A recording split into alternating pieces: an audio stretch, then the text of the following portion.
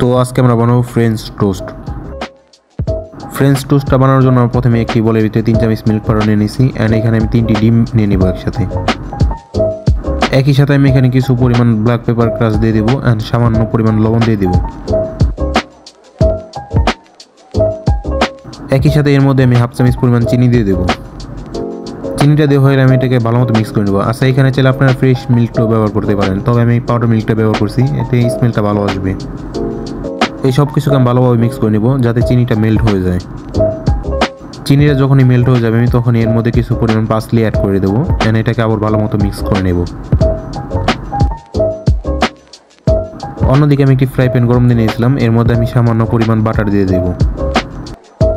আমি এখানে স্লাইস ব্রেডকে যে মিশ্রণটা তৈরি করেছিলাম সেই মিশ্রণটার মধ্যে আমি স্লাইস ব্রেডটা ভালো মতো ডিপ করে নেব, অ্যান্ড বাটারটা যখনই গরম হয়ে যাবে আমি তখনই ডিপ করে রাখা ব্রেডটা এখানে দিয়ে দেবো ভাজার জন্য।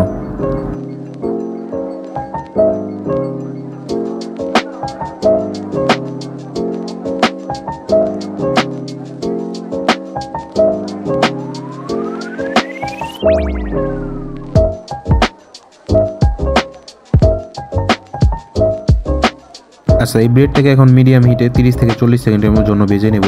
এখন 30 থেকে 40 সেকেন্ড পর আমি ব্রেডটাকে ঘুরিয়ে দেব। এই সেমভাবে ব্রেডটাকে আমি ঘুরিয়ে ঘুরিয়ে ভেজে নেব যতক্ষণ না এরকম একটি সুন্দর ব্রাউন কালার চলে আসে। এরকম একটি ব্রাউন কালার চলে আসলে আমার ব্রেডটা হয়ে গেছে। আমি ব্রেডটাকে এখন নামিয়ে নেব। এই ব্রেডগুলোকে আমি এখন স্লাইস কাট করে প্লেটে সাজিয়ে নেব। আমার ফ্রেঞ্চ টোস্ট রেডি। আপনারা এটিকে মধুর সাথে সার্ভ করতে পারেন। Please subscribe.